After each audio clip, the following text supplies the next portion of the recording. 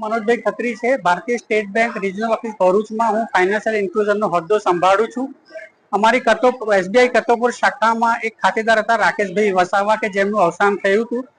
તેથી તેમના ધર્મપત્ની રક્ષાબેન વસાવા એમણે પ્રધાનમંત્રી જીવન જ્યોતિ બીમા યોજનામાં વારસદાર હતા. તે એમણે પ્રધાનમંત્રી જીવન જ્યોતિ બીમા યોજનામાં ક્લેમ દાખલ કર્યો હતો અને નિશ્ચિત સમયમાં એમના ખાતામાં 2 લાખ રૂપિયાની રકમ જમા થઈ ગઈ હતી. એ બદલ આપણે અહીંયા આજે ચેક વિતરણનો કાર્યક્રમ રાખ્યો હતો અને હું સૌને અપીલ કરીશ કે પ્રધાનમંત્રી જીવન જ્યોતિ બીમા યોજના અને પ્રધાનમંત્રી સુરક્ષા બીમા યોજના સૌએ અવશ્ય લેવો જોઈએ. મારું નામ રક્ષાબેન રાકેશભાઈ વસાવા છે. મારા હસબન્ડ એક્સપાયર થયાને આજે મહિનો થયો છે. તેમને પ્રધાનમંત્રી જીવન બીમા યોજનાનો યોજનાનો વીમો લીધો હતો.